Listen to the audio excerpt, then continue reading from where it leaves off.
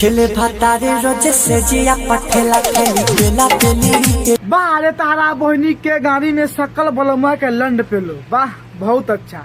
खेले भतारो से जिया पर ठेला ठेली पेला पेली। अरे भौजी हम तो कभी पेल के गाँव खून निकाल दिनू, बड़ी मजा आई।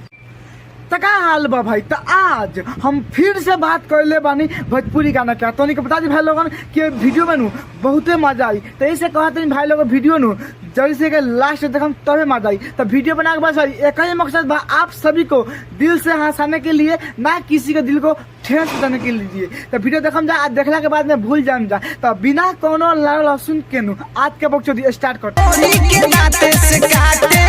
गदहा के लंड ना चाटे तारा बहनी के झाट में पेट्रोल छिड़ियो को सुनता रह कि ढोरी दांते से काटे। अरे भौजी पटक के पेलबो करेला। अरे भौजी तू देख खाली तारा भत्तार नु ढोरी दांते से काटता। अगर तारा भत्तार के जगह पर हम चाहे केना में रहत नु कसम से कहता नहीं दांते ना काटी पटक के नु पेल दी किनारे पर हक दे तू।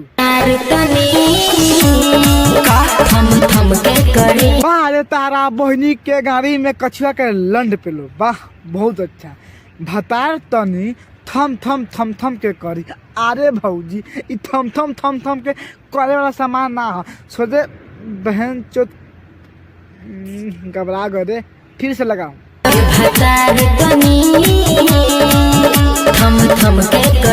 पटा के ना छील दी तहा झाट तारा बहनी के गाड़ी में कछुआ के सामान पेलो। मतलब तोहनी बताओ भाई लोगन कौन ऐसा मेहरारू बा के भतार के कही कि ये भतार थम थम थम के करी।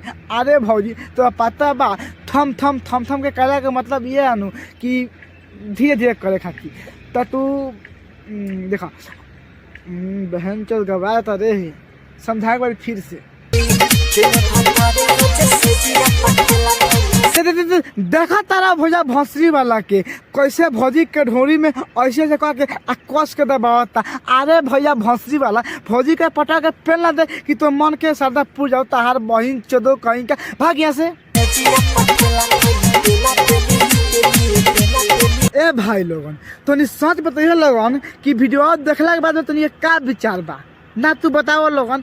मतलब भैया भौजी के गोर पर गोर चढ़ के चढ़ गल ख इ त हमरा देखला के बाद में मन तो कहता भैया के पटाव खोल के अब पीछे से पेल दी कि गाँव को क्यों निकल जाओ।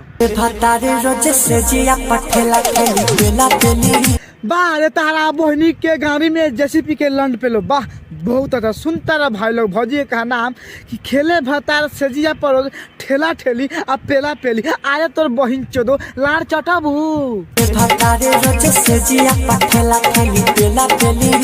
ए भौजी तू का चाहता रू ना हमरा के बोला ना तू का चाहता रू कि ताके पटा के पेल देता हर बहन चोदो। तोहनी बताओ भाई लोगन कौन ऐसा बहन चोद भौजाई बिया कि मेहरारू बिया कि ओकर भतार सेजिया पेला पेलिया ठेला ठेली खेली त मैं सखी से कही। लेकिन ई भौजी भौसरी वाली नू पेला पेली वाला अपना सखी से कहता। अरे भौजी लाड़ चटाबू। अच्छा तू रोज लगा के रखेलू पर्दा तहार भतार फाड़ देता। अरे भौजी अब देख ले तू जब भतार तो ठेला ठेलिया पेला पेली करबे करे नू तो चादरा का कुछो फाड़ दी सारा।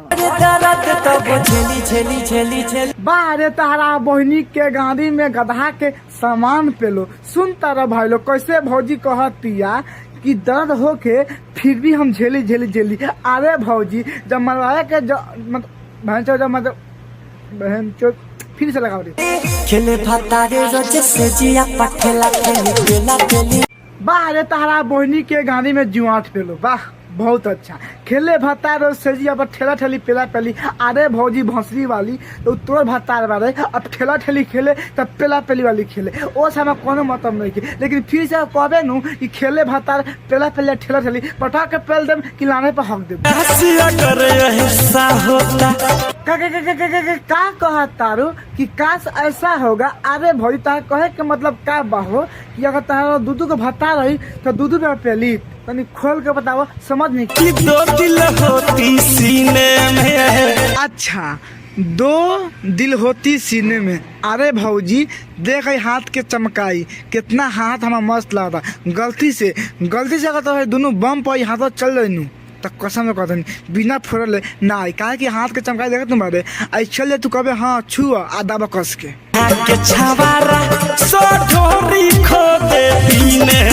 वाह अरे तारा बहनी के गाड़ी में सकल बलुमा के लंड पेलो, वाह बहुत अच्छा। सुनता रह कैसे भौजी भौसी वाली कहतिया कि यहाँ के लड़का सा ढोरी खोदे दीने में। अरे भौजी सुका मनाओ कि वहाँ का लड़का सा खाली ढोरी खोद के छोड़ देता सा और गलती से हम जनू पटा के पेल देती।